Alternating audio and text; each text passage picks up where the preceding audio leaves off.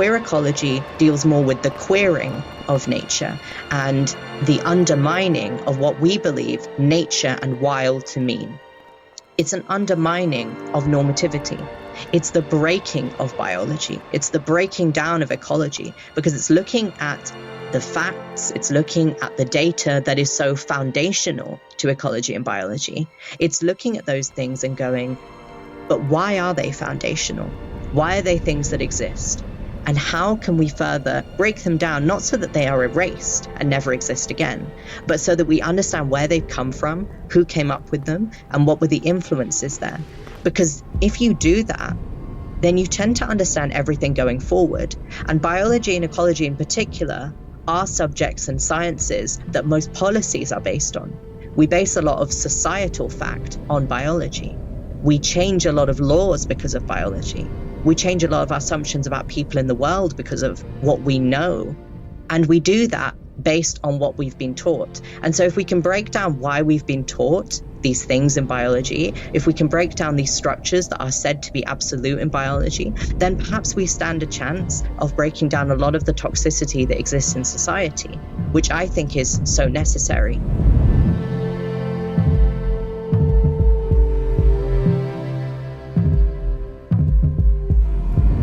You're listening to the Spaceship Earth podcast with me, Dan Burgess. The story of Spaceship Earth is simple. We live on a life-giving rock called Earth, hurtling through space. Like a spaceship, we have a finite amount of supplies with an intelligent operating system called nature, which keeps everything replenished as long as we all respect it and participate wisely. In this podcast, I'm in conversation with folk involved in regenerating life, shifting consciousness and reimagining how we can live more beautifully and peacefully. I talk with artists, writers, activists, designers, adventurers, healers, farmers, creative mavericks, and more. Their stories invite us to participate in the co-creation of life-sustaining cultures, in service to life, becoming crew on Spaceship Earth. Greetings, Earthling. Welcome to the Spaceship Earth podcast. This is Dan. Thanks for tuning in. If this is your first time here, welcome aboard. If you're returning, good to have you back. Thanks for supporting us. We're much appreciated. This is a podcast where we have conversations, quite expansive conversations with humans, bringing life, love and care back to ourselves, to each other, and to this more than human planet called Earth, which is our home, including what it might look like to be governed by the true system on this Earth we call home, the Earth system, the 4.6 billion year old ecological, biological, mythological operating system that creates the conditions for all life, including humans, which requires, as far as we can tell, every living thing to participate wisely with humility and care and attention and respect in unique, reciprocal ways as part of a wide, entangled web of intelligent, interdependent life, to be in service to life, as we call it here, becoming crew on this great big living spaceship called Earth. Because right now, we're experiencing as modern humans a time of peak separation logic, enmeshed in a spell cast a few hundred years ago, the illusion of separation, where we imagined ourselves, humans, as separate selves, one species who've been gifted this Earth, a dead inert planet full of infinite resources for human passengers to build a comfortable, malleable, controllable, flat civilization based on a linear, never-ending story of extraction, transaction and distraction. A story of order, capture and centralized control of fixed binary views and structures of human-centered intelligence and an economic system built on Well, death mainly. But the spell is running out. We can see it and feel it in our hearts if we're honest with ourselves. The future feels exhausted sometimes. The stories of progress and success that are supposed to whip us along are expiring. From climate breakdown, accelerating ecological decline, to extreme inequalities, the growing mental health crisis, extractive capitalism, the rise of fascist, racist politics. The story of separation is unravelling at pace. The times feel edgy and fragile and scary and beautiful and possible and impossible all at once. Because everything is connected, we inter-are with all life. Because the earth is alive and we are alive. And to be alive and to be well means to be in relationship with the web of life itself. A complex, diverse, creative, emerging, mysterious, unknowable entanglement of many intelligences. Because we're not one thing, are we? I mean, we all carry multiple identities. Think about all the voices you have at times in your head, all the messy contradictions you hold in your own self. We are multiple selves, traversing multiple intersections. We are designed as humans to be in communion with multiple life forms. We are so much more. We are relational beings. Our bodies are made up of more non-human cells, bacteria and DNA than human. We breathe oxygen created from a miracle multi-species relationship in the ocean through a breathing erotic dance with plant life around us. We have saltwater blood in our veins. We are our ancestors' traumas. We are the soil biology in our guts, and the foods we ingest can influence the very thoughts in our minds. And yet, we've been shaped by the stories that our culture of modernity and its colonised roots has decided are normal and true. Many of these dreamed up in the imaginations of ancestors from the past. So in this time of great unravelling, how do we ensure that we clear the space for letting go, for composting stories and ways of thinking and knowing that we now understand are no longer serving us, are no longer serving the future, that are dividing us and destroying life? How do we create space for other ways of knowing and thinking and relating that are life-affirming? How might we draw on other forms of intelligence that can seed the ground for different futures with wider possibilities that can bring life back to ourselves, to each other, and to this more than human earth we call home? As far as I can tell from cultivating my own garden, the greater the variety of plants and beings that coexist alongside each other, the more diverse the life forms are, the healthier, more dynamic, more creative, more resilient, beautiful whole my garden becomes. I think human cultures are the same, and our stuck binariness, our fixed views of identity and normality, of valid knowledge and intelligence, the ecology of a nature that is over there, separate from humans, has informed the singular story of modern progress and economic growth that are making us sick and vulnerable and rapidly deteriorating the health of all life on Earth.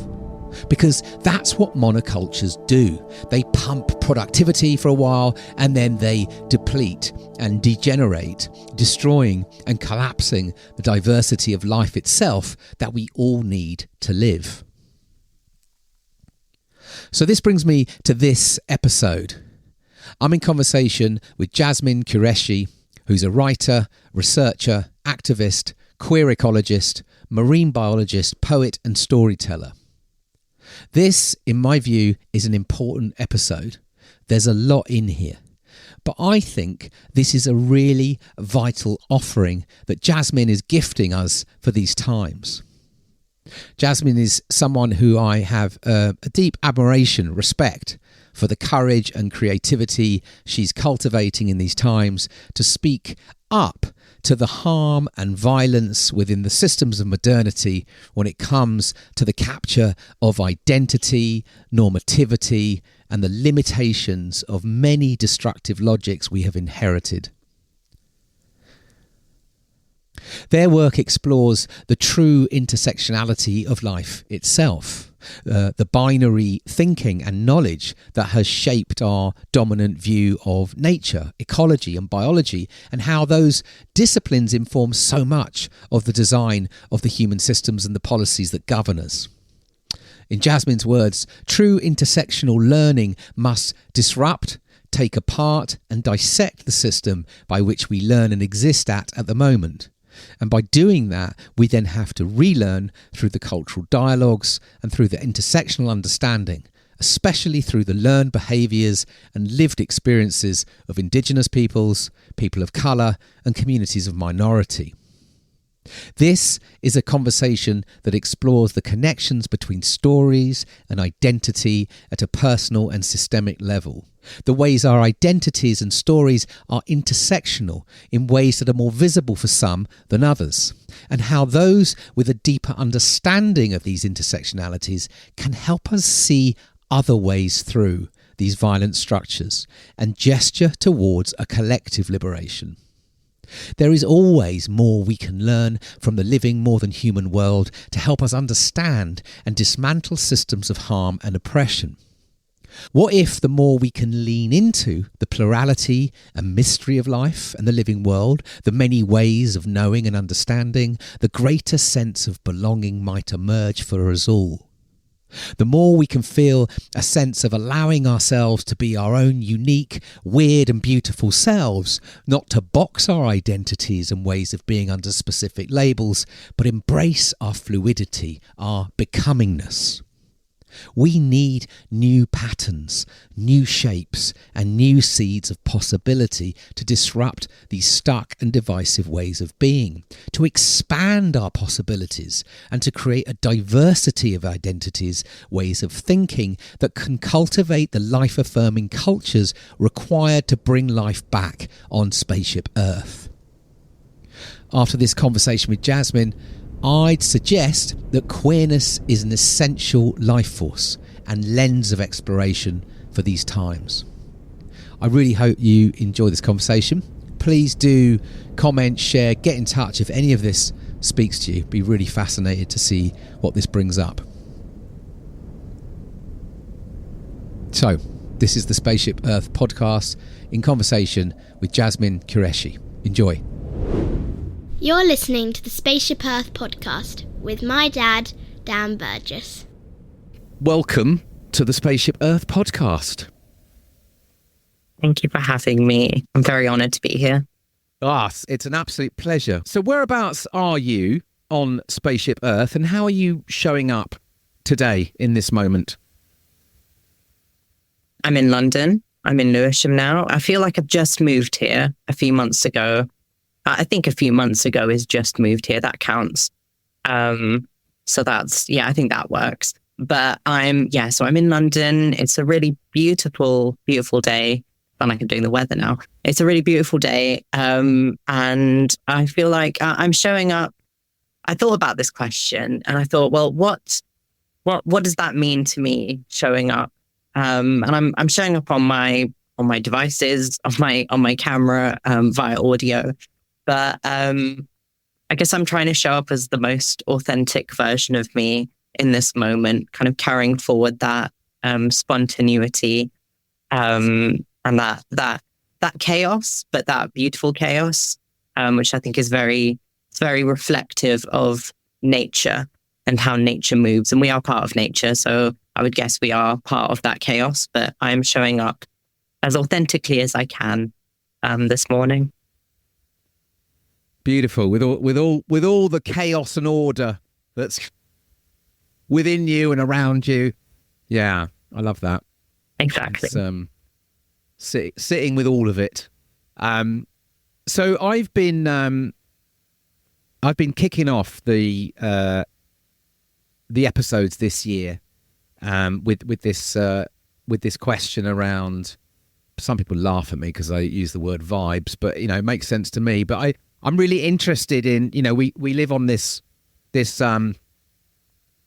great big sort of living rock, and in all parts of we're sort of experiencing life from all over in many different ways. And I'm just curious to sort of speak to this question of how are people experiencing this moment. And I guess I talk about the kind of vibes, but I guess what I'm talking about is like how you're sensing things. So I just that curiosity, what are the kind of vibes on Spaceship Earth that you're experiencing in this time?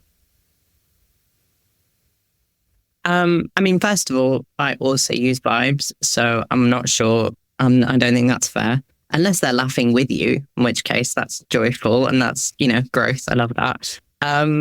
I tend to believe in multiple globes existing at the same point, and that's just because I feel, and I guess I'll talk about this later as well. The world is so much more. I think the world is so much better defined, interestingly, if we don't use absolute definitions and we work off interactions. But that means that there's so many more realities that can exist, because obviously if you're basing everything off of every individual interaction, then everything's different all the time and everything's ever evolving and ever changing. And obviously it's a bit more complex than that. So if I'm going to be talking about the vibes that I have on Spaceship Earth, or the vibes that I get off of it, I'd have to talk about different vibes. And the personal, which I think is one that I'm quite strongly feeling at the moment, the personal, kind of very close, centered to me, spaceship, if you like, that is one of hopeful and hope. I guess hope would be my word. For that, because there's been a lot happening recently in my life. There's been a lot of things that I've been doing. There's a lot of, I guess, barriers that I'm trying to break, a lot of boundaries that I'm trying to cross. They're not places that I thought I'd ever get to.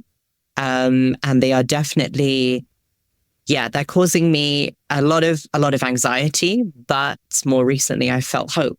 And that hope kind of extends into the work that I'm doing, because I feel that if my personal sphere is not one that is not one that has hope within it, then I do feel that then leaks into the rest of the work that I do when I start to crumble under the pressure of so many different things, because I think I am someone who does way too many things at the same time, just because I have the attention span of an acorn, and I've got to keep things going. Otherwise, they kind of drift away and fly off into the ether. But that's the personal sphere. The other spheres that I interact with and the vibes off of that, I think are mainly encapsulated at the moment by rage, and rage seems to be the biggest one, and disbelief. Because of course there is a lot going on in the world that would give me that. I'm connected to a lot of those worlds and a lot of those interactions more intimately than perhaps the next person who I would meet around me. And that fills me with quite a strong anger, which again fuels the interactions that I have with other things. So I think hopeful anger is probably how I would combine those things. But I'm not sure they would combine, just because it doesn't look so hopeful in the rest of the world. But I would like to keep the hope for myself at the moment. So that's a very long and convoluted answer to what was probably quite a simple question, which unfortunately how I do be. Not at all. The invitation is absolutely there to explore. I have no expectation of shortness or longness. So it was lovely to hear that. And it's just, I love this question, because also what I find when I'm hosting guests as well is that in just what you shared, I woke up this morning and I've been feeling quite agitated with myself, and lack of hope actually, But I recognized I needed to get out into the woods, so I went for a run in the woods, and I felt that come back again. But just you speaking to that about how that, the sphere in front of you, what's around you, that sort of bringing that hope energy. It's just a beautiful reminder, of how things, how things shift, right? If we're not able to bring, and of course we've got all that complexity, right? We can't all, we know some days it's just, we flip between the light and the dark, but I love that practice of remembering and reminding of that personal, that personal sphere of hope and possibility. So that's why I love these questions, because it's like, I mean, I'm really interested in how people are experiencing this time, because there is so much, there is so much contradiction, right? And so much, that we're trying to kind of complexity that we're trying to sort of, what is right in front of us, what is out in the world. But I love these, I love hearing this, because also I find that, when someone else talks to this stuff, it's like, oh yeah, that's what a lovely way to have thought about that. That's a reminder for me. So thank you for that. I took that as a bit of a gift. So, this, as I said, we said briefly, I've been, I can't remember how I first connected with you, and I think it was probably on Instagram, as things often do, but I come across you and was just really curious about what you were, the things you're speaking to, starting to understand a little bit more about your journeying, your path, the work that you're doing. And you've got this kind of like really beautiful, diverse, mix of threads you're working with, from marine biology to queer ecology. You're writing, you're researching, you're a poet, all these great, fantastic mashup, which I love seeing in people. And I guess, you speak to a lot of things that I personally am really wanting to understand more about, particularly, queer ecology, queerness, how this living world might be working in ways maybe that I'm not as familiar with, and certainly others won't be. And so there's I'm really interested in exploring this with you. And also, as I was saying, like, there's a part of me, as someone who's neurodiverse, recognizes in this moment this sense, this need to open ourselves up to other ways of knowing, other ways of relating, other ways of perceiving and seeing. And so what I see a lot in your work, your journeying, there are, these are alternative, different, expansive ways of knowing, of thinking, of understanding. And I feel like we really need more options in this moment, more ways to consider, what is going on, what is our relationship with this earth in this time, with each other. And so I think particularly when we're witnessing this very extreme, like you said, when we look away to the bigger, to the consensus reality or whatever it is, we see this very extreme binary ness going on. And so I'm really interested to understand and this idea of life,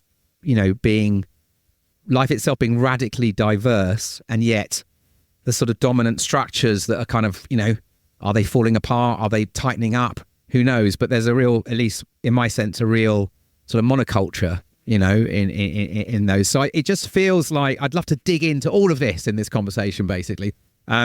So I wondered, with all of that, that's a kind of frame, I guess, for this conversation together, and to give a bit of context to listeners of the kind of the spirit of this conversation, I guess.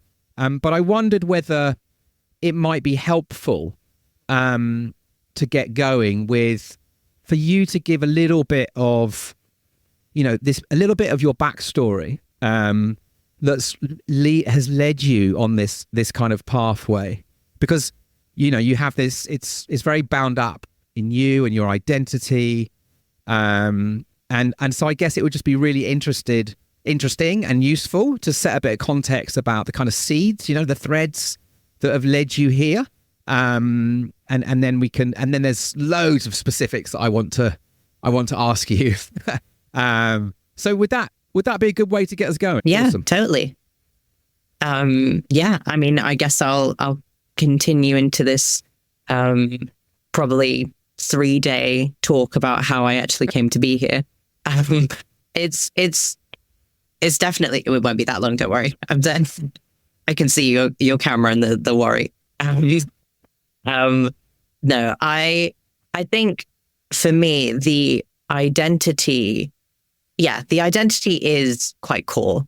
It's quite core to all of this work. And it's very interesting because you enter into science, as I did, and you're often told that you should be displaced, that you should be, impartial, quote unquote impartial. You should be someone who approaches it as an observer. You are not supposed to interfere, all of these things. And so for someone, I think, to come in and go, no, actually, my identity and the person I am, and the lived experiences that I've had and the interactions that I have that are based on my lived experience, these will build my ideas and my opinions and my studies and my writings of a scientific subject. When you do that, I think you often get people, or you always get people, who basically go, oh, I don't think we should do that. That's not real science, or that's something that's going to be biased, or that's something that's going to be changed. And so I think it's very interesting for me to talk about, and very useful for me to talk about, my identity, not just because of that and the fact that it breaks that barrier, but also because of the fact that, there's a big representation problem. There's also a big problem of all of these structures being limited. So without further ado, I will talk about my identity instead of talking about it. I started writing about nature from quite a young age. So I think I was about 12, 13 when I started doing my blog. And this was a natural history blog. So it was something that I was just writing about my observations of nature, the things that I saw in the world. And as someone who grew up in inner city London, I didn't have a garden. There were no reserves nearby. There was a park maybe that my mum used to take us to, but really my only interactions with nature on a large scale were documentaries. And we were homeschooled. Well, I was homeschooled till about year 9. So it was it was quite a closed off experience. It was one that very much pulled inwards. It pulled inwards to my family and everything like that. And I watched a lot of documentaries because we didn't have a TV. And so I learned about this massive, exciting, incredible, beautiful world from David Attenborough documentaries. How the natural world works and how to help it. And, I learned about it and I thought that would be incredible to explore. And I remember that sparked my love of exploration and my love of the natural world as this incredible, exciting world. But then I felt disconnected from it because obviously I was in a flat in London. I wasn't really connected to these massive worlds. I never really thought I could get to them. So my experiences with nature that were personal happened to be very small ones. They happened to be insects. They happened to be tiny plants. They happened to be pigeons. They happened to be very small amounts of wildlife that you never really see as stereotypically being suggested as wildlife. And so I developed this dualism very early on, I think. This idea that you can be connected to a larger world via a smaller one, even if you aren't inherently connected to the larger one. And so I wrote about my observations of nature. I just had these long rambling blogs, just talking about very descriptive pieces on butterflies and on bees. And as I wrote more and more, I knew that I loved nature. I knew that I wanted to do something around it, but I was also developing a great love of writing. And I used to write a lot. And it wasn't only my blog and about nature, it was also creative writing.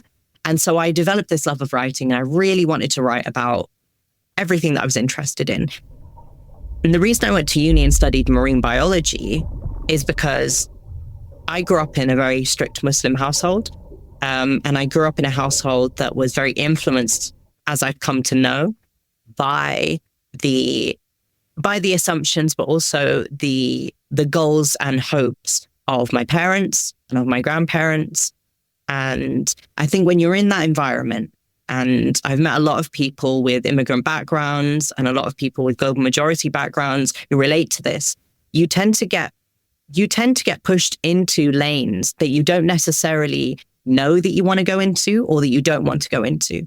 And I've come to realize these are because of the pressures of the world and, parents and elders believing that they know better, but also wanting better for children, especially if you're immigrant parents, especially if you're global majority parents. So you want better for your kids and you move them into areas that you believe are going to give them a better head start in a world that is often unforgiving to a lot of people like us. So I moved into marine biology because I loved nature, but actually mainly because my parents wanted me to do a science. And so I will say that even though I love marine biology and I love science and nature, I didn't actually move into it necessarily because I wanted to, for better or for worse. But once I was there, I began to reflect on some of the questions that I'd had. And one of the main questions that I'd had was about intelligence and about intelligence in general. What is intelligence? What does it mean to be intelligent? What does it mean to be clever? And I'd often thought about this when I was younger, and I thought, well, intelligence has cornerstones. It must do. It's an identity. We identify things as being intelligent and clever. So therefore, there must be cornerstones to this intelligence. There must be stuff that keeps it afloat. And one of those pieces of stuff, one of those cornerstones is communication. We seem to identify intelligence and something as being clever via the way it communicates. So therefore, we must have a parameter for communication. Surely that just made sense to me. And so I thought, well, I want to study intelligence and I want to study communication, but I love marine life. Now, what's a marine animal that's super clever and seems to have co-evolved a language alongside human beings? Cetaceans, and that's whales and dolphins. And so what I originally wanted to study at university was whales and dolphins and their intelligence, the links that has to their communication, and how that can help us define intelligence in other creatures. And what does that mean for the intelligence of people? And interestingly, I'd entered into this not from an overtly queer perspective. I just entered into it from a questioning perspective and from someone who likes to break stuff down and from maybe an alternative past. A homeschooled past, a creative past that relied less so on structure. And so I think these things really built me up to go into this place and to question it in the way that I did. Unfortunately, I didn't really end up doing a dissertation on whales and dolphins because COVID hit. And that was really unfortunate. So in my second year of uni, COVID hit, and it's a practical course. You unfortunately can't do a lot of things about that. So I ended up doing a dissertation on sharks, which was very cool and exciting, but not what I wanted to do. But alongside my degree, I was doing freelance writing and freelance journalism. And I was talking about the things like whale and dolphin intelligence. But I was also talking about my identity as it started to come out, because I'd started to understand things about myself. I'd started to reflect on myself more. And as I started to come out, I started to understand that even though young me had watched these documentaries, really enjoyed them, really wanted to go out into the world, had done writing on my blog, had done volunteering at reserves, had really wanted to go out and explore the world, it seems the world had limitations in place that stopped me from going to these places, that stopped me from being comfortable in them, feeling like I belonged in those spaces. And I remember my first article that gained traction was an article for an organization called A Focus on Nature. And they're a youth-led nature organization that I worked as an engagement officer for a bit actually recently. But they gave me the chance on their blog to publish a piece of writing about being brown in the countryside and about being brown on reserves. And that was my first kind of foray into going, yeah, I feel uncomfortable on reserves because I'm someone who's not usually seen there. Why is that? I didn't really explore why, but I talked about my discomfort, and it was something that received a lot of attention because there wasn't actually a lot of stuff out there from people as young as I was about that kind of thing, because people had mainly written about, the diversity levels in conservation and maybe in the climate sector. And they talked about them in a very corporate way from what I can see. And they hadn't really talked about them from the fact that there was just this kid that really wanted to go to reserves and look at butterflies and badgers and insects and just write about them, and actually was feeling very uncomfortable in those spaces. And maybe that's the reason why we don't see a lot of brown people. So those were kind of the questions that that I was asking and that I wrote about. And I think it was quite interesting. It was quite interesting because I'd written that, and I started to then write about all my other intersectionalities. So I started to write about my queerness, for example, but I wrote about it in terms of my transness and my identity and the political aspects of my brownness and how those things were connected. So I started to connect all of these dots up. And obviously, as I discovered more about myself, I became someone who is less able to move around in society smoothly. Not really, because I'd already not really been able to move around in it smoothly because of those identities. But I understand now that people are all intersectional. We can no longer really see ourselves as being just one section. We can't just be linear. Everyone has different intersections within them. However, there are people who are more obviously intersectional. And if you're more obviously intersectional, you tend to drag on this bed sheet that society is, that is put over us. And the metaphor I like to use is we all grow spikes, and these are our identities. Some of us grow longer spikes than others. So therefore, they're more obviously our identities within the system that we're in. And society is a big blanket that drags over us. So therefore, it affects everyone. But if you move around more, and if you have longer spikes, you tend to find yourself dragging. You tend to find yourself limited. And that kind of builds it up more as the fact that society is limiting you, not yourself. You're just growing in the way that you do. And everyone is affected by the same society, but in different ways. And so I started to understand my intersectionality more and write about it more. And that led to a lot of other things. So I graduated, and then I started working for the BBC, for BBC Natural History Unit as a wildlife TV researcher. I'd always wanted to work there since I was like 9, because I'd watched a lot of Springwatch and obviously a lot of David Attenborough and a lot of documentaries. And I was like, well, now I'm going to get the chance to work in wildlife documentary filmmaking. And it was amazing working there because storytelling, I think, is the link here. Storytelling in media and storytelling in filmmaking. And so I did filmmaking. I wrote more as a freelance journalist, and I still do. And as I started to do more of these things, I worked for Wild Space Productions, which is Netflix, for a bit. I've worked for a lot of different organizations. I then became ambassador for the Bumblebee Conservation Trust, which was another dream because I love bumblebees. And actually, the reason when I first made a Twitter account, which is like my first social media, I called it Go Wild for Bees. Because I was talking about the campaign that was happening at that time to get verges and wildflowers to grow more, or to people allow them to grow for bumblebees and pollinators. So that was a real dream. And then I moved into this area of thought, where I'd been doing all of these amazing, incredible things, but I'd been struggling with authenticity. And I'd been struggling with authenticity in a very particular way. I'd felt that I was being authentic and that I was telling things how I wished them to be told. And I was talking about myself in the way that I'd wished. But when you write an article, or when you even do anything academically, it's always edited by other people.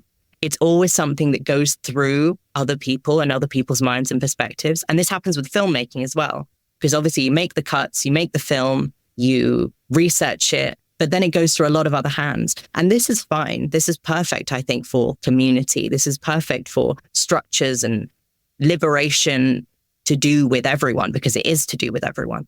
But if you're going on a personal journey and understanding yourself, you tend to want to have something that's just for you, that's unedited, that's raw, that's authentic.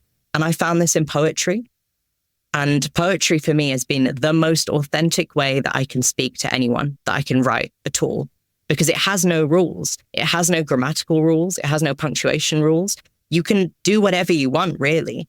And as long as you, well, actually, not even as long as you, there's no parameters within poetry. And so I found poetry to be a really interesting way to express myself and to talk about my identity. And again, to talk about those intersections of nature, of conservation, of queerness. And it's through that, I think, that I've got to this place now where I'm doing all of these NGO jobs, where I work as a comms lead, so I deal with communication, and where I'm writing a book, which is on queer ecology. And that is something that I think ties everything together, because queer ecology has been an incredible new foray, but also not new at all, because it seems that I've always been queering things. And so this chance to queer ecology seems to have been one of the more recent things that have happened. So all of these different journeys, I think, have led me here. And I've gone through quite a few obstacles, obviously being a trans person, being someone who's Muslim, Pakistani Indian, lots of different identities. They tie into where I've come now. But I do feel that where I am now is best placed to do all of these things. And the reason this identity, I think, is so core is literally for all the reasons I've said. You know, it allows you or pushes you in certain directions. And I need to be aware of those, and I need to make other people aware of those, because without that, then we have less people like me up here talking about these things, which is the most, representation is the most basic of the inclusion steps, but it is a very necessary step. And so we have no people who look like me talking about these things. If I'm, not doing these things, and if people like me aren't doing these things. But also, we tend not to break the cycle. Just like you said, you've mentioned alternative systems. There must be another way. There has to be. And there is. These alternative systems and structures, they exist. However, they don't exist in a vacuum, and they don't exist in echo chambers. So you need fresh and new perspectives. So yeah, I guess that's kind of why my identity is important to where I am right now.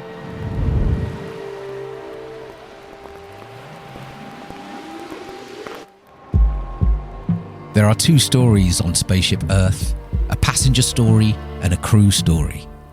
The passenger story is based on extraction, transaction, and distraction, and it's leading us towards collapse. The crew story is based on connection, cooperation, and participation. It leads towards regeneration. You're listening to the Spaceship Earth podcast with my dad, Dan Burgess. Wow, that's beautiful. Amazing. Thank you for that. Gosh, there's so much in what you just shared. And there's a few things coming up. There's the kind of systemic stuff that comes up when you were speaking about the kind of filtering or the editing of story, of experience, right? How you're experiencing, how you're relating through the writing, and how that ends up getting edited out, particularly when it's things that have got to go out into the mainstream system, right? So there's a kind of sort of that's all coming up. I'm wondering whether this might be a good moment to, whether I could ask you to sort of give a bit of an explanation, if you like, or just a sense of like, what is queer ecology for folks, right? Or as you understand, as you see it, and maybe whether there's a ways within that, maybe there are some stories or some specific things that you could just bring to life what, I guess the question I've got is nature queer? But I'd love it if you could give us a bit of a riff on queer ecology as you understand it, as you experience it, just to help listeners start to open up to what we might be speaking to here. And also, as I said, if there's some examples or some stories that can help really bring that to life, that would be cool. Is that something we can explore? Mm-hmm. Yeah, of course. I think that's a really interesting question. Is nature queer? And I always forget to plug myself, I guess, and go, yeah, I'm a queer ecologist. That's a thing. That's a thing that we can do. However, it's also not really anything. It's not real. But then, what is real? And let's not get existential because I might be here all day. But in terms of queer ecology and is nature queer? Nature is queer, but also nature isn't. And I'll explain that now because at the start of my workshops, so I do lots of workshops now and seminars on different things like decolonizing conservation and seminars on journalism and such. But I've been developing more and more workshops and seminars on queer ecology. And at the beginning of these workshops, I tend to ask people, what does queer mean to you? What comes to your mind when you think of queer? And a lot of the answers are very different, but they're very interesting. So people have said things like different. It means different to me. Oh, it means gay. It means something sexual. It means space. It means colorful. It means odd. It means, different than the norm. And these are all right. They're all correct. They're all correct answers. Because the thing about the word queer is that it's developed as an identity. And I reference myself. I identify with the word queer. But the reason it's developed, I see it for myself as being a very vague but very umbrella term. It contains a lot within it. It contains a lot of feeling. It contains a lot of people. It contains a lot of history, but it also contains a lot of different definitions. And I think that makes it the most useful for what I'm about to talk about, because its fluidity and its ability to be shaped by the personal interaction that someone has with it makes it a perfect vehicle for change, because it makes it a perfect vehicle to be liberational or liberative, if those are even words, or to liberate yourself from a system that is quite normative, that is quite linear, that is quite systemic and structured. And so when you have a word like queer, if people answer lots of different answers and they say lots of different things, I tend to go, well, actually, you're all right. And I'm right as well. Because again, your definition of queer is very personal. And so kind of sticking with that, when I look at queer ecology, I'm not really looking at a subject. I'm not really looking at something that, queer ecology is its own subject and therefore it should be standing alone, or it should be collecting lots of definitions and facts and structures within itself. Because I view it more as an interaction with a subject. I think the queering of ecology is probably more accurate. I mean, we can use whatever definitions we want because, like I've said, definitions, they change all the time. And we know that labels throughout history change meaning because it's language, and language changes almost every second with the different ways that people use it and the interactions that they have. But with queer ecology, again, it is that interaction with the subject. And interestingly, the person who coined the term, Dr. Katrina Sandilands in 1994, I think it was, that's very recent. And they coined the term queer ecology, and they said they meant in the piece that they wrote that queer ecology deals more with the queering of nature and the undermining of what we believe nature and wild to mean. And I thought that was really interesting because within that, what she has done is basically said it's an undermining of normativity. It's an undermining of previous structure. And I view queer ecology as that. It's the breaking of biology. It's the breaking down of ecology because it's looking at the facts. It's looking at the data that is so foundational to ecology and biology. It's looking at those things and going, but why are they foundational? Why are they things that exist? And how can we further break them down, not so that they are erased and never exist again, but so that we understand where they've come from, who came up with them, and what were the influences there. Because if you do that, then you tend to understand everything going forward. And biology and ecology in particular are subjects and sciences that most policies are based on. We base a lot of societal fact on biology. We change a lot of laws because of biology. We change a lot of our assumptions about people in the world because of what we know, in quotations, about biology.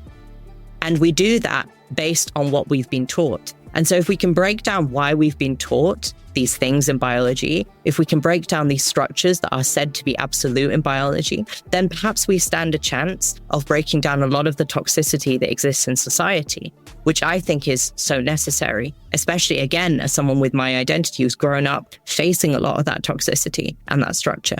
So again, queer ecology, what is that? It's an interaction, I think, with a subject, but it's also not really a thing.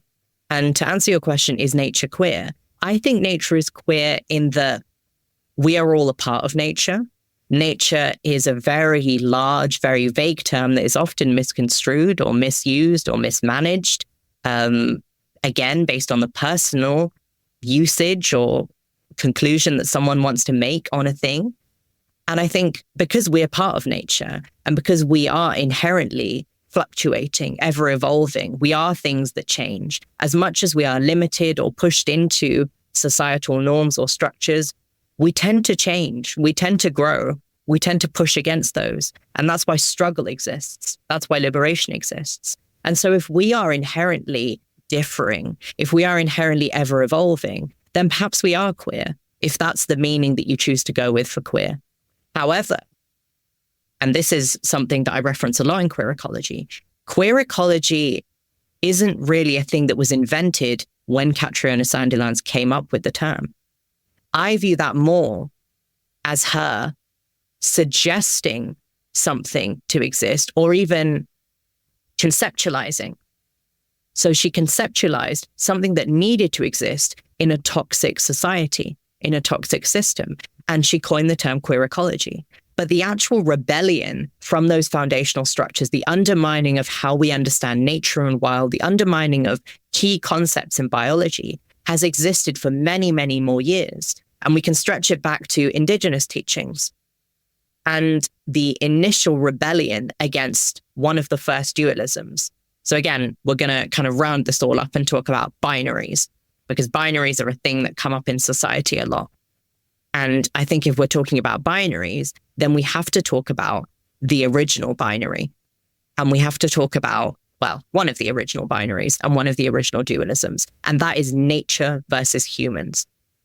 And this happened in an era where there were lots of indigenous tribes and communities that existed in pre-colonial countries and in areas that hadn't been colonized or explored, again, in quotation marks, by people who came into them. And I tend to refer to those people as collectors because we know they went into those areas under the guise of study, but many more times they would take resources. And so they came into these areas.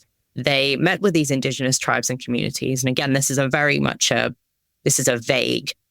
retelling of it. There are more complexities.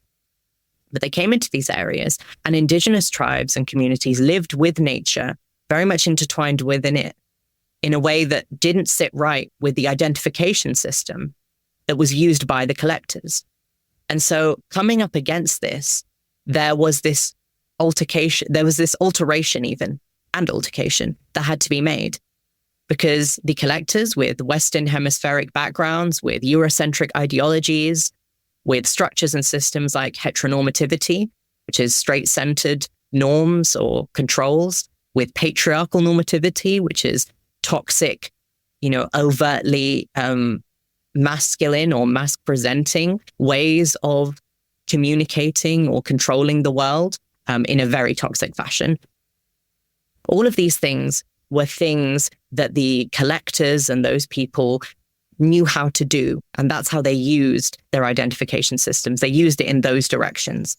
And the indigenous tribes, and many indigenous tribes and communities, lived in a very different way and understood nature in a very different way and didn't make the basic differences between humans and nature that the collectors often did and the colonization model often does. So this had to be changed. And that rebellion against this idea that humans are better or different than nature, and nature is a resource, or lesser than humans because humans are chosen for whatever religious reasons you may put into it, for whatever dominating reasons you might put into it, whatever economic reasons.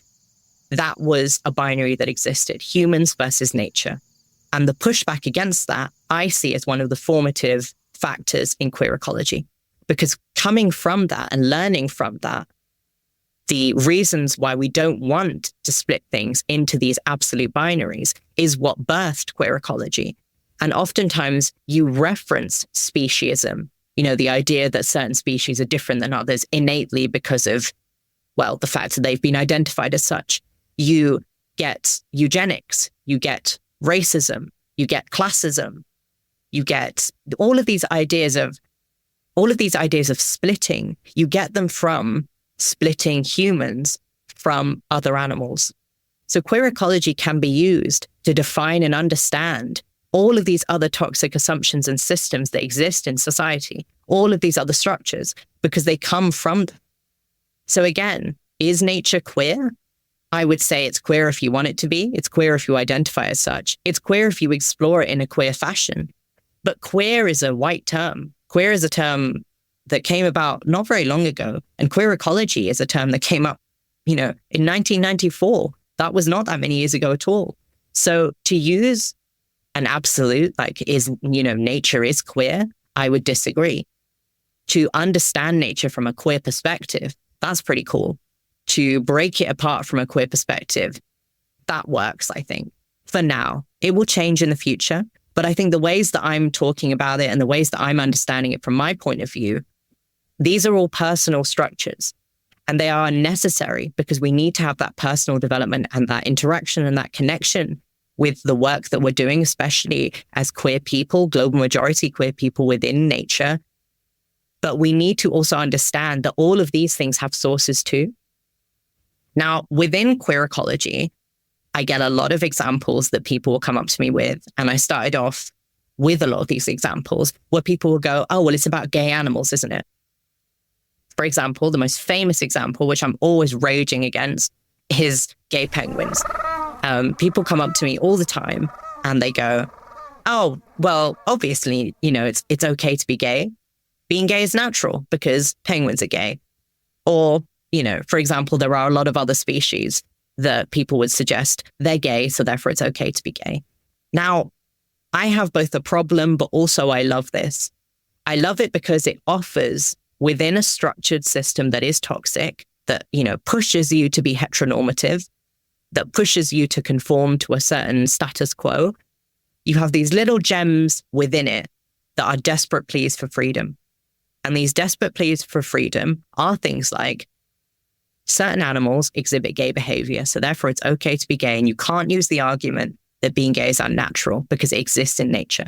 I think that's brilliant. That's beautiful because it allows people to feel safe. It allowed me as a kid, reading BuzzFeed articles on gay animals to feel safe and comfortable with the fact that, oh, actually, I'm not unnatural, as I've been told by the rest of society. However, when you do that growth and you just stop there, then it kind of becomes a problem. Because what you've done is center a human behavior within non-human creatures. And that's anthropocentrism. So anthropocentrism is a massively long word, which is way too long for no reason, like most words in science. But human centrism centered, human behavior centered. And so I think linking off of this, if I'm going to be talking about gay animals, I need to be aware that the term gay is a term that was come up with recently. It's a term that has actually changed a lot over the years of its usage. It's an English word. It may come from other places, but it is an English word. If I'm to understand queer, it's also a label that does that. But if I'm to be talking about queer ecology and queer nature, I can't really be talking about gay animals because whilst, like I've said, that's useful and it's a gem and it's a plea for freedom within a system that makes certain people feel comfortable, it actually then limits our idea of what gay is because it limits it to how we identify the word gay. And so I normally would suggest that gay penguins don't really exist because a penguin can't be gay because it hasn't told us it's gay. And we'll never really be able to, at the moment, talk to a penguin on its terms. We can translate animal language into what we say and maybe come up with perhaps what we think they do. And that's anthropomorphism. where you use human behavior to give you an idea of what other creatures do, which is the only way we can understand the natural world. So actually that's fine. But if you start to center it and you start to say that things are absolutely that because a human is that, then you start to center human behavior and human ideology. And if you're doing that, you're centering, like we've said before, the people who came up with the identification system. You're centering the elitists. You're centering the most perfect, quote unquote, perfect human. And you're therefore pushing their ideology again and again and again. And so my idea of queer ecology is that we break these down and we understand it from different, fresh perspectives. And we use Indigenous knowledge, we use Indigenous communities in that we ask them to guide us. And we ask them to facilitate this movement into alternative pathways and systems. But that's, in a nutshell, a very large nutshell, my idea of what queer theory and queer ecology is. What a beautiful nutshell. That was extraordinary. Thank you so much for that. That's been, so much has come up listening. And there's a couple of things that have popped up for me as you're speaking. So, as I said to you before, one of the things that I'm been fascinated with trying to understand more, and the way you have opened up that framing of queer ecology is super useful and really interesting for me, because I'm really interested in how these systems that you're speaking to, the neurotypicality of them. Someone that was diagnosed late in life as autistic and ADHD, and has spent most of my years trying to sort of find my place within a system which never made much sense to me at all, particularly the way my mind worked. And I think what you're speaking to a lot is this kind of whiteness. I feel this term whiteness, which is again another sort of term I'm trying to understand, because for me it's even the sort of the way the dominant system regards, even this idea of neurotypicality. There's like one way that the brain must work, you know what I mean, and must think in like this. And if it doesn't think like this, then there's something wrong, So that alone for me, it's making me think of, again, how these things they feel all very entangled to me. What you're speaking to feels very entangled when I'm looking at this kind of neurotypicality versus neurodivergent. There's also, as you're speaking, so for me, it's really, really interesting. Okay, so this whole idea of queerness to me could be like queerness of thought, right? I think the etymology of the word wild and the word will, as in free will, it comes from the same. So this idea of like, for me, wildness, there's this idea of like a free will, right? There's a kind of like, that's kind of what wildness is about. So there's this kind of unique kind of energy of wildness, right? That we see, particularly see in children, right, when they're young, and how they have that kind of, do you know what I mean? It's like before we stop telling them to do, don't do that, don't do this, watch out for this, but when there's a kind of a freedom, and what I understood actually through the author Jay Griffiths many years ago, because she was looking a lot at Western children and children in certain indigenous cultures that she'd spent time with. And again, particularly around this idea of allowing the will of the child, which is the same as wildness, is allowing them to just, as soon as you start interfering with the will of the child, their innate ability to just know where they want to go, or know how they want to express, or know how they want to interact, relate. As soon as you start meddling with that, you're sort of, that's a no-go. So it's bringing me back to that. And as you were speaking about the Anthropocene, and like, again, we're living in sort of peak Anthropocene, right? So yeah, everything's been the human right at the center, and one, I would say the human under the kind of banner of whiteness, a certain way of being, a certain way of thinking, and actually, even this idea now of like this, some people call it like the symbiocene, or but this idea of actually, well, what if we're being invited into this era of relationships, and relationality, and opening up, that is actually how we exist, right? As living beings, we're relational beings. We're beautifully diverse. We're beautifully weird. We have common needs, but actually there's something about, reconnecting into that. Like, what does that look like when we are allowed, when we do create the conditions for that wildness in us, that innate desire to relate in whatever way we want to relate. For me, there's an expansion, there's an opening up that you're suggesting, versus a kind of like, again, trying to sort of define, right? Because this is the problem, right? It's the definition, it's the collecting, it's the classification, it's the separation, the great separation. Yeah, I mean, I think it is so beautiful, because it's exactly as you're suggesting, it's an opening up. And I really relate to the neurodivergent aspect of that, as someone who also identifies as neurodivergent. And as you've probably heard me ramble on about a specific interest for quite a while, it becomes quite obvious how sometimes that manifests. And also, I love bugs through my love of bugs. So people do it that way you will. But anyway, the opening up of those environments, I think it's really interesting, because we start to see how everything should exist with and with not definition. Because as someone who identifies again as trans, as non-binary, as they see, as all of the identities that I do, I also understand that if I were to dissect these identities and try and logic them as much as possible, they fall apart. Because the literal identity or definition of these labels doesn't necessarily work. It's come up with by people who aren't me, who aren't from my communities, a lot of them. They are terms that have become used again and again and again. And so therefore, I don't use them because they are necessarily definitions that I wholly relate to and literally would understand are me through and through. They may be to some people, but to me, they aren't. But I more use them because they are a reclamation. They are a reclamation of identities that I feel were taken away from me without my consent. So within this idea of breaking things down and opening things up, like I've said before, I think it's necessary not to erase. Because I think when you're thinking about terms and terminology, and especially when you're breaking things down within biology and ecology, people do sometimes feel the need to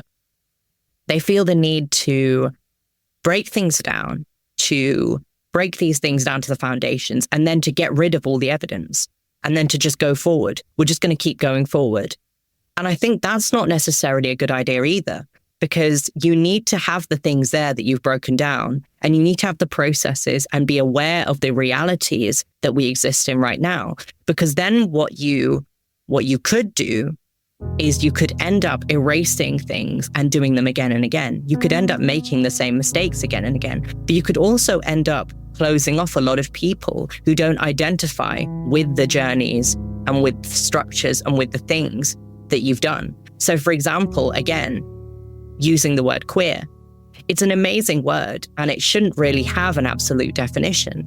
However, to a lot of people, it means things that are very important to them. And those people tend to be silenced by the status quo. So I think when we go about this whole queering of ecology and biology, we leave it open, but we more focus on platforming silenced voices, and we more focus on platforming vulnerable or underprivileged peoples within more diverse and intersectional communities, because they understand queerness from a much better, more diverse, more incredibly fluctuating, ever-evolving perspective than someone who exists within a system. And even if they want liberation within that system, they would exist and benefit from that system. So I think the ability to break something down and open it up, but still understand how those interactions, they're still useful to understand. The realities that those create, even if they're negative, are still useful to understand. I think the ability to do that is one of the most useful things we can do in queer ecology and queer biology. And I feel like I'm learning about that more.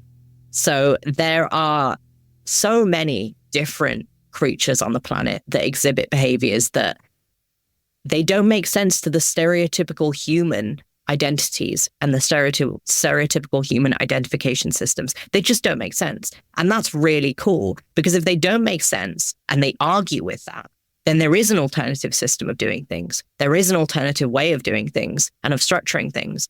And if you just observe it and identify it, that doesn't mean that it's real, or that doesn't mean that it's true just because you've identified it as such. And these prove that, I think. So there's a specific cave invertebrate in Brazil. So it's a little insect. It lives in the caves of Brazil. And it has what I would suggest is stereotypically opposite genitalia.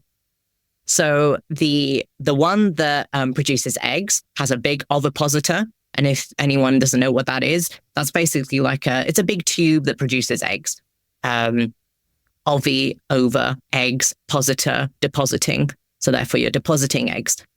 And with this ovipositor, it deposits its eggs. And again, it's the egg producing one. We would characterize that within most stereotypical human societies as being the woman. That's not necessarily true, because again, the term woman is actually very recently created. And I believe it comes from wife of man. So again, it's a very recently developed word. It doesn't mean anything to do with reproduction. It just became conflated with that afterwards, as there was a need from conservative Christian values to conflate reproductivity, women, and society together for a society that was structured in the way that could be controlled in the way that what they wanted and colonial individuals wanted. So again, it's got women and reproductivity. They've been pushed together by colonialism. That's not really a thing that, should have happened, but it has a lot of realities now that we should be exploring. So this egg-producing invertebrate has a big ovipositor, and the sperm-producing invertebrate, which again, we would characterize in stereotypical society as a male, even though that doesn't really make sense, because again, there are a lot of examples in nature where sperm is not produced or is produced by what we would characterize as male identification systems. Again, it's something that's been pushed by conservative Christianity and colonialism to form something that could be controlled in a very particular way. It controls identity, it controls medicine, healthcare, it controls society, it controls behavior. So we'll push that to the side for a bit. But going back to the sperm-producing individual and the egg-producing individual, the sperm-producing invertebrate has a little area where they produce sperm and therefore can fertilize the eggs. And the ovipositor goes into that area. And this for me is fascinating, not because of the shock factor and the fact that, oh my God, this woman bug has a penis and this male bug has a vagina. And I'm like, shock-wise, that's not really shocking, because we know that these structures they're formed via differing levels of hormonal change and interaction. And they form in different creatures in different ways. There are some creatures that have many of them. Some have multiple, some have none. Some don't even reproduce in that way. So these aren't really things that we should be considering natural anyway. It's not natural to just manifest a bit of flesh and then have the whole identity work off of that. That doesn't make sense. But then when we look at these creatures and we see what's happening, I think we can use that to break down the hierarchy of sex. We can use it to break down the hierarchy of patriarchy, of dominance, of reproduction. We can use it to break down all of these ideologies, because these invertebrates are manifesting things in a way that we don't suggest as humans is normal. We suggest a lot of the time, and a lot of people who come up to me and don't like what I'm doing will try and say, well, that doesn't really make sense, because, a big factor of males is the body parts and the genitalia, and therefore you should be identifying them as that. And if you're suggesting that ecology is queer, and if you're then suggesting that trans rights and global majority rights and women's rights and reproductive rights and all of these things can be linked into that, that doesn't make sense, because biologically, this is a fact. And so it's nice to use these examples to break those down. Again, not because of the shock factor, but because of what we can learn from that specific interaction. And again, a lot of other creatures do this. This is not the only invertebrate that does this. It's not a standalone. There's a lot of other creatures that can do this. And it's not the only definition of this difference. There are other branches of interaction that happen in the animal kingdom, and that includes humans, that would break our status quo and stereotypical idea of what nature and ecology is. And I think, again, that opens things up, that breaks things down, like neurodivergence and neurotypicality. It's this idea that actually there doesn't need to be, this norm that you've suggested. it's only there because someone suggested it. It's only there because someone curated it and constructed it, much like the terms woman, much like reproductive rights. These are structures that we identify. These are social identities and social structures. That doesn't make them unreal. And if we look at every single identity that we have, every single interaction that we have, these are constructed. And it doesn't make them unreal, but it does mean that they're not absolute.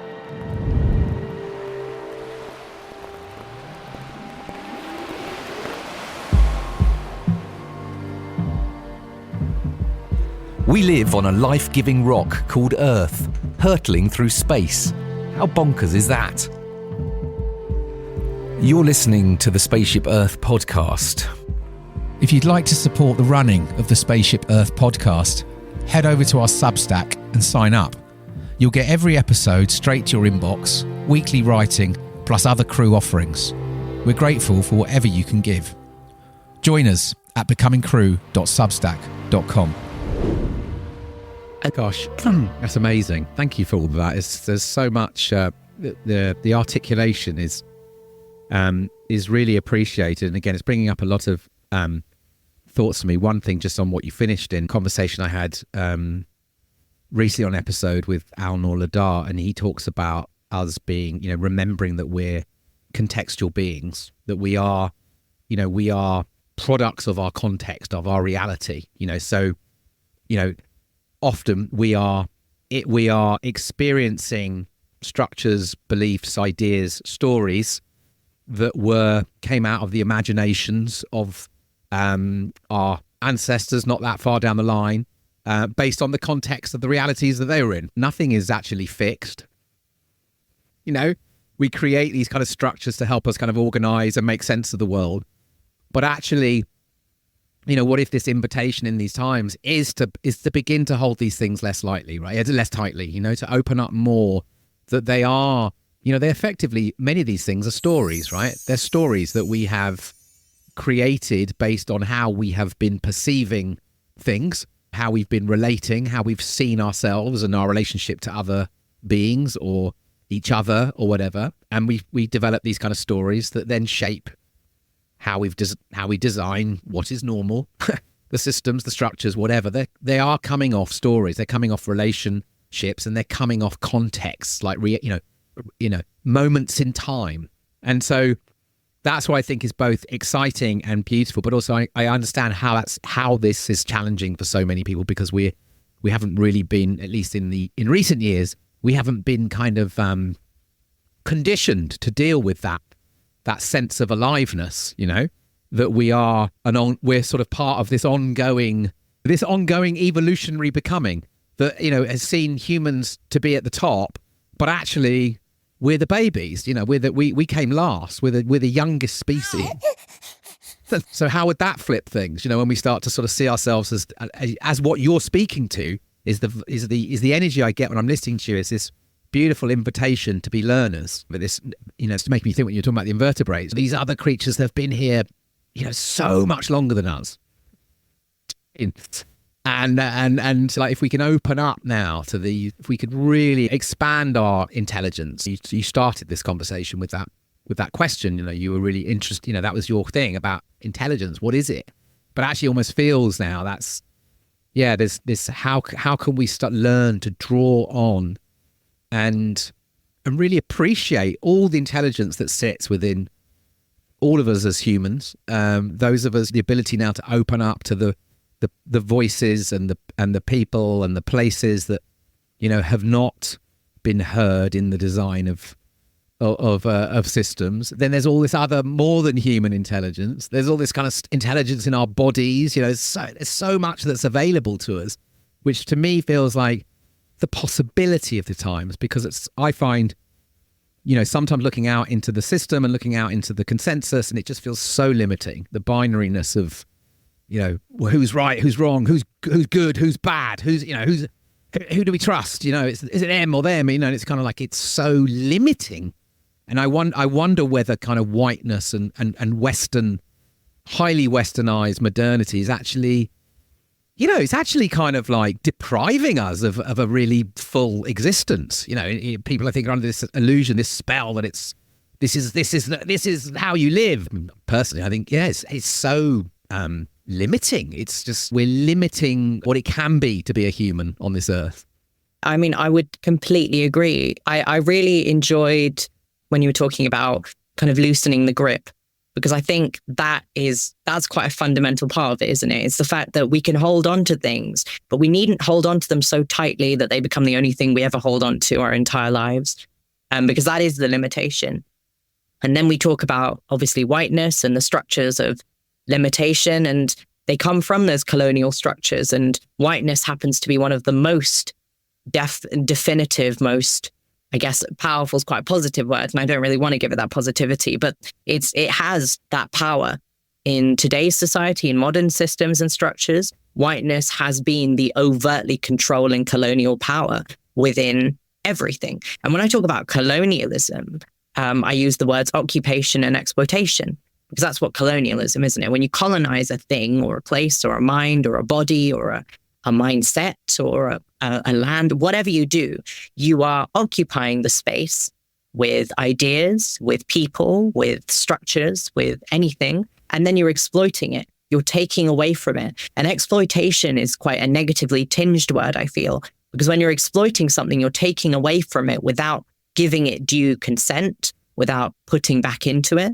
And we can link this to other words like capitalism, which again is a big buzzword, but actually really all it means to me is the movement of capital, a bunch of stuff that's valuable to someone, away from that person, so at the exclusion of that community, usually via someone who can move it, so a higher power and a more elite power, a more privileged power in that system. And that's what capitalism is. And you can link that to colonialism, because you can't exploit a place unless you are in a position to take away from that place. So therefore, colonialism is about structures and systems and communities that are more privileged entering and occupying spaces, again, whether that be metaphorical, mindset-wise, whether that be physical, going into a place and taking from it, whether that be even teaching in a certain way. You colonize a space, you occupy it, and you exploit it. And I think if we're talking about whiteness and queer ecology and all of these structures, what we're trying to do is we're trying to understand, and I hope that we're trying to understand, how these colonialist and exploitative structures have done this, where they have come from, who are the people who are pushing those prerogatives at the moment, how can we push away from them, push away in terms of a more liberative and liberational structure, how can we liberate in these spaces, but also how can we give due consent and due context to the people who are the best place to liberate. And then, we come into this idea of knowledge and how much knowledge exists now. And even when we're talking about invertebrates and creatures and amazing, incredible wildlife that exists around the planet that can teach us so much about liberating and about being different and about how difference is one of the, difference and chaos and explosions of chaos are one of the most prominent, I think, mannerisms in which nature grows, and in which the natural world grows, and indeed in which humans grow. And I think queer ecology, like I've said, even though it shouldn't be an absolute way of doing this, it's not an absolute pathway to liberation in these circumstances, but it is a tool that we can use to break down some of these constructs. It's a tool that we can use to question. It's a tool that we can use to bring in more people to the natural world and sphere in terms of observing it and studying it and talking about it. Because something else that I talk about quite a lot is the fact that arts should be a fundamental part of science. How on earth can you do science and suggest that no creativity, no imperfection, no partiality should be used in it? Going back to that word, I don't really believe that you can be impartial in any circumstance. I think we come, just like I've said, we come with all our own baggage. We come with all our own perspectives and identities and constructs and biases. And that goes into whatever we do, whatever we talk about, however we study, even if it's subtle, even if we pushed it down to almost non-existence in our eyes, it still affects it. It still changes it. And so I think we need more partial people. We need more people to have awareness of where their ideas have come from. And when you're more obviously intersectional, you have more awareness of that. And so I always suggest that obviously intersectional people in whatever sections that they are in, whatever systems they are in, are the best people to talk about queer ecology. So again, that would be a liberation from whiteness. It's breaking away from this idea that there is one definition for things, that there is one person who is the best at things, but instead that there are actually multiple people who could be better at things. We can grow and learn together. We can have communities of mutual aid. And we can understand that from a scientific process by interlinking it with other subjects and making it transdisciplinary. We can do all of these things, and they are possible because, like I've said, these alternative systems exist. And that's where my hope comes from. I'm hopeful because these systems do exist. I'm angry because they're not being used. And I'm joyful, I guess, of the fact that I'm being allowed to speak about this kind of stuff, and actually people are listening, and that there are other people in the world who are speaking about similar things. And that gives me joy and hope as well. Yeah, it's beautiful. Exactly. And it's all of that, what you spoke to. It's all of those things. It's just funny on that last question of, like, the last thing you were talking about, the science and the arts, So for me, again, that's another example of the great separation, this great sort of like, it's another example. But why I also feel that this, like you say, these, for me, my shortcut language will be like mashups. Like, how do we bring more disciplines together? How do we encourage more of this, this kind of re-entangling between disciplines, topics? Let's call, again, these are all part of the classification. But I mean, art and science, or for me, creativity in all of its forms, and sort of knowledge based on academics or hypotheses or whatever. It's like a lot of the struggle, I think, again, is that because we've been separated, so much of this stuff's been separated, it's almost like knowledge. Like, how can you actually? There's some ways that these modern systems and structures have tried to fill people's heads, with like, this is knowledge, this is the information you need, right? For many of us, I can speak again as someone neurodiverse, absolutely so hard to take information and store it and make sense of it and spit it back out again. And it's actually the creation of knowledge through working with ideas and then working with hands or working with others, or the expression through other forms.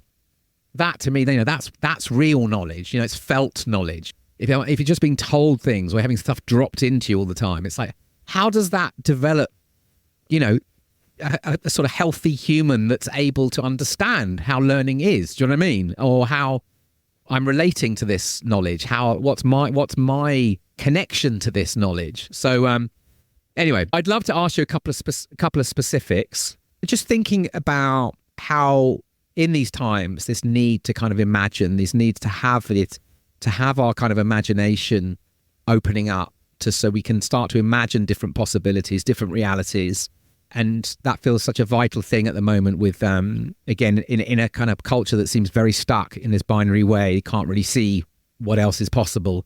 So I guess I wonder whether there was a glimpse of the future that you're imagining through the work that you're doing. Like, is there something specific that you are seeing, wanting to manifest, or something in the future you're seeing through the work you're doing and this inquiry that you're on, like what that imagined future might look and feel like? And I wondered whether, like what has changed, what's different.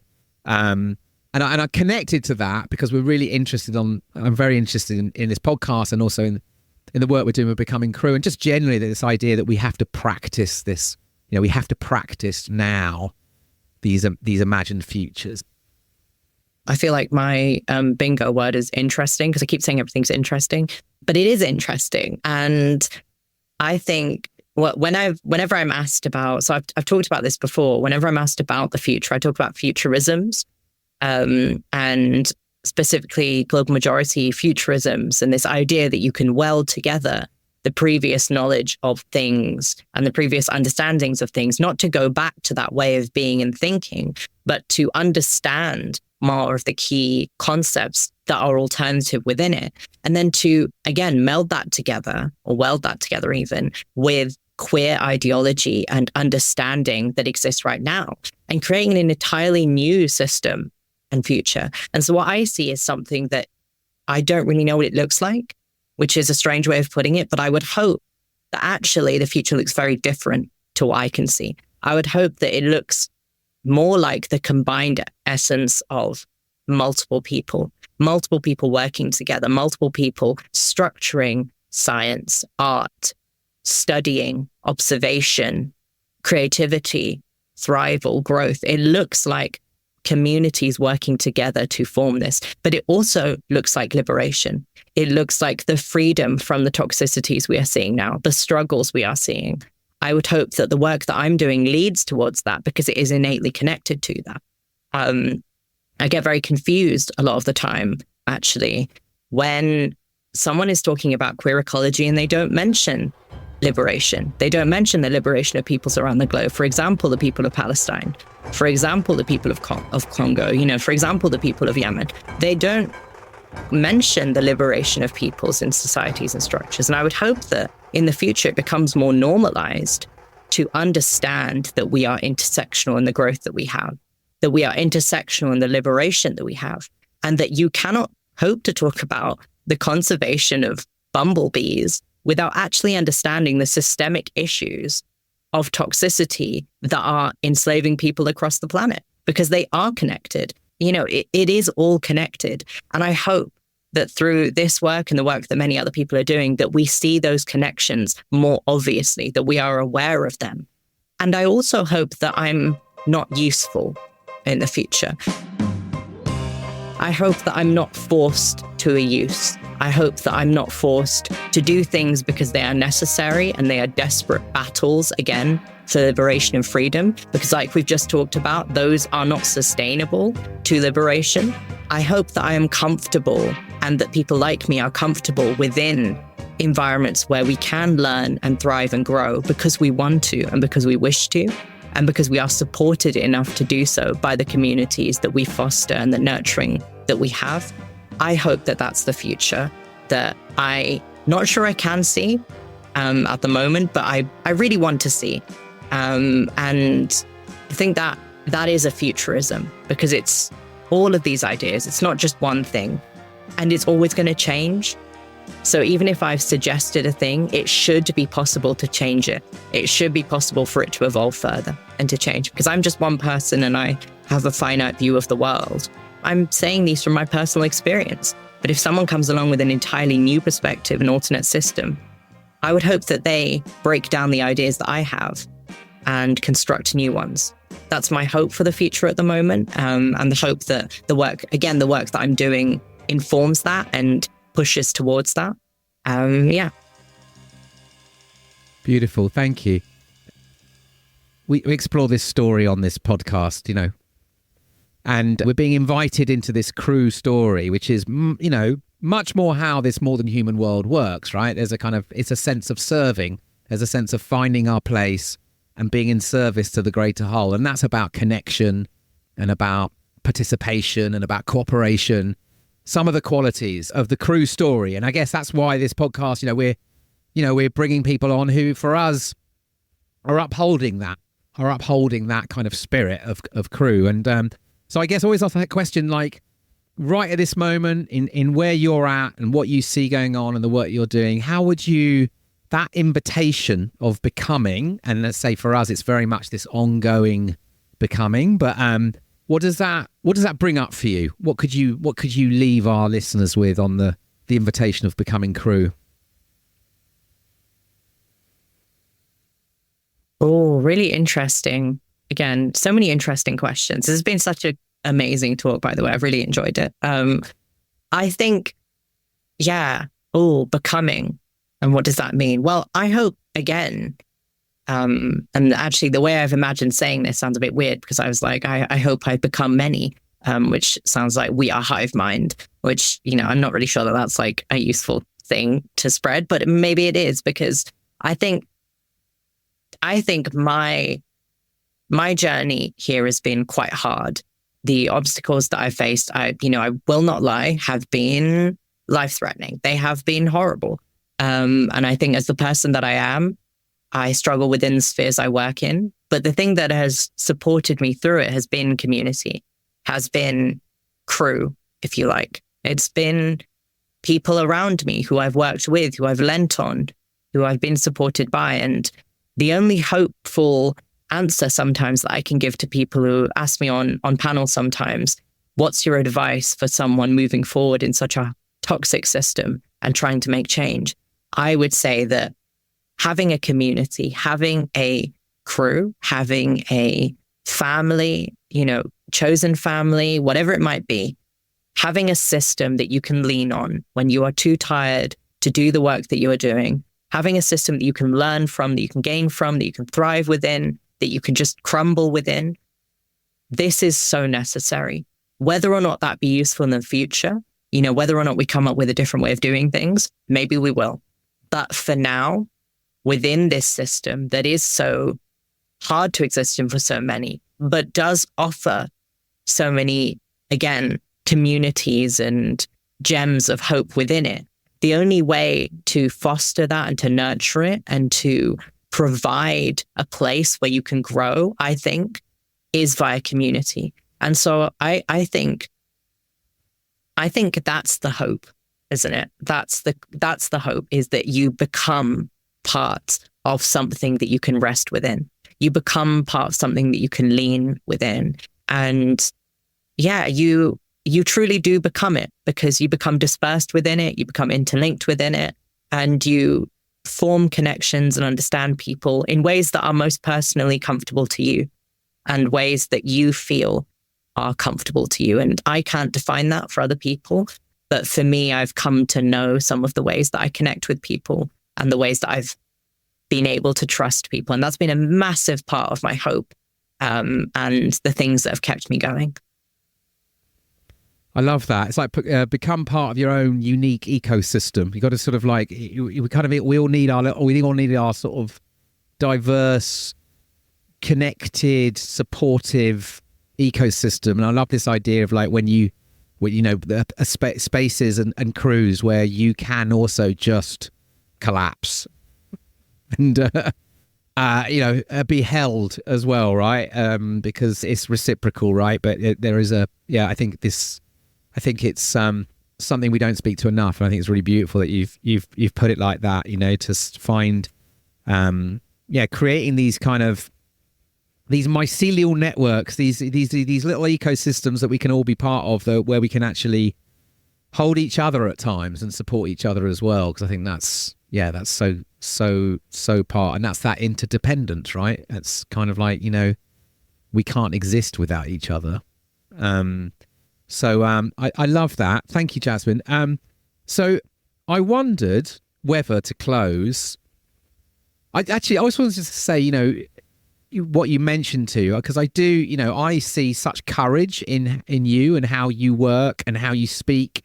And I've seen you over the years put yourself, you speak from the heart, and I can, you said some of the situation you've been in, I can't imagine, but I sense, because you are, you very much, I see a lot of courage in all the best ways, a real sort of creative courage in how you show up. So just wanted to say, just to sort of acknowledge that. It's quite extraordinary. And I was wondering whether you might leave us with a poem. Would that be possible? Oh, interesting. I could do. Or it could be something, or anything. Or it could be a reading. So I just wondered whether you wanted to leave us with something. I always ask this thing, in the spirit of participation, and maybe it could be an invitation, or it could just be a practice or something that you could leave the listener with. But I just, I know that you're a poet. You're a poet. So I just wondered whether that might be possible as well. But, no pressure. I can. Yeah, no, I mean, I can do a poem. I want to say thank you again for having me on, and for, again, giving me the platform to speak about these things. I think the conversations around this are what build my idea of it. I've learned a lot from speaking to you and pulling things together. I think, that's how you build structures, isn't it? You build them off of each other. It's relational. You thread them together, and you build them together. Exactly. Beautiful. It needs to be discussion based, I think, a lot of the time. And yeah, I can end with a poem. I've got one that's, I think, quite relevant. I might read it and realize, oh my God, this is not relevant at all. But yeah, I can read one. Yeah, amazing. Over to you. It's called Broken Body Worms. Broken body worms are a necessity of fairy body futures. Broken body worms are unlearners, magical gender-bending creatures.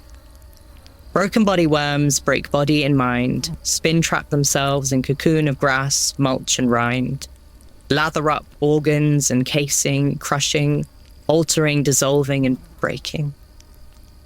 The earth at the beginning of her reign was grown and born through soup and liquid fire. The shapes, geometry and intellect risen from that we admire.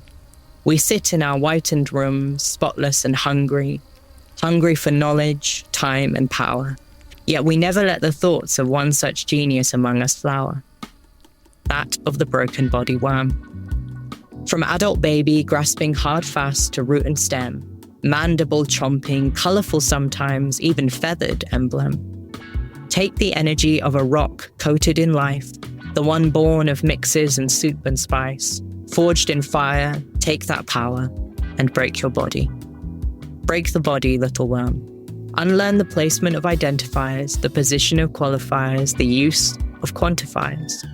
The eternal pieces of a god-old book. Body parts and colours. Gone. Crushed. Shredded. Not lost, but structured new. Letting old traits lie and fresh thoughts rise true. Broken-bodied worm, encapsulating through capsulation the issue of assumptive preconception. Transitioning body and machine perfection. Changing purpose, goal and conclusion. Nothing makes sense, but it's there all the same. Playing by not one, not two, not three, but many, many games. The games of natural but spontaneous fluctuating change. The rules by which I, a changeling, do not find strange. As a fellow broken-bodied worm, I know nothing of timeless bodily structure or God-given label and term. I know much of multiple birth-given, new term made, old forgotten and unlearned. You see, broken-bodied worms, changeling-minded terms, fairy body futures, fiery soup earths, these are the names of natural worlds. Lovers of unfurl, unlearn and renew, sticking out, starting strange, ending new. Our lives are determined not by assumption or Stone Age rule, but by magical, untamable will. For we are all capable of breaking down a body, of breaking down a mind, of breaking down our foundation. Our collective liberation from old science and grind, culture relies on change becoming our spine. So the next time you see a caterpillar become a butterfly, think about how a broken body worm only grew a new mind by breaking down and structuring new an old life. Thank you. Beautiful. Thank you so much, Jasmine. I've just so enjoyed this conversation, and there's so much you've given us here to contemplate on. So thank you, and go well, and we'll be in touch for sure.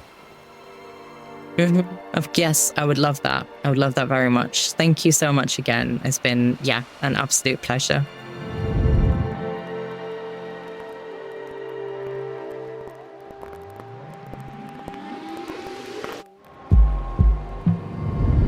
So I hope you enjoyed that conversation with Jasmine.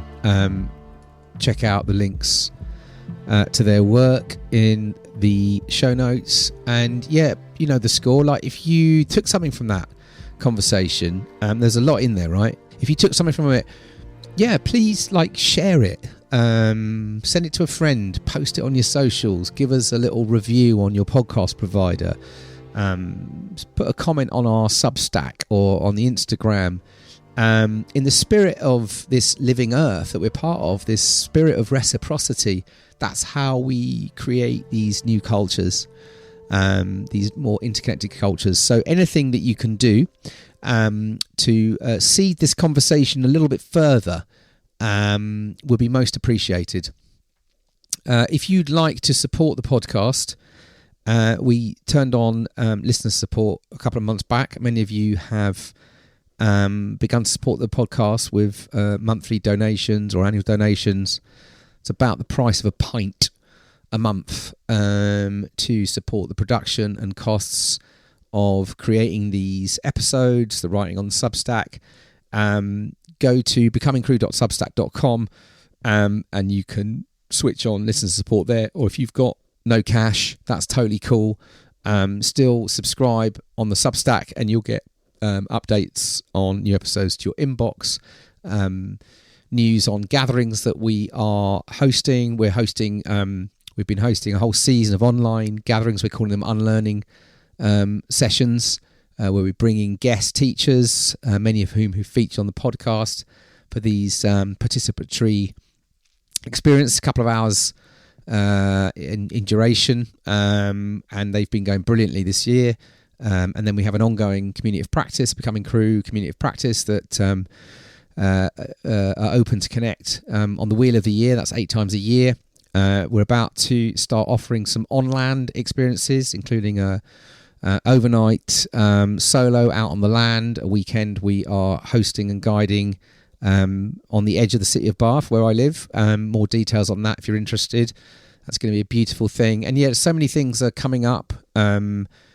Building community, creating these spaces for unlearning and connecting and supporting each other to grow our own courage and creativity and connection, to be able to show up and step into these times and to open up possibilities in a time where so much feels so much pressure and limitation. Actually, what we're discovering as a sort of distributed network, communities of practice, supporting each other, creating spaces for unlearning, for not knowing, and practicing weirder moves. All kinds of possibilities emerge. So if any of that grabs you, subscribe to the Substack, and you'll find a whole load of offers and gatherings coming up down the line.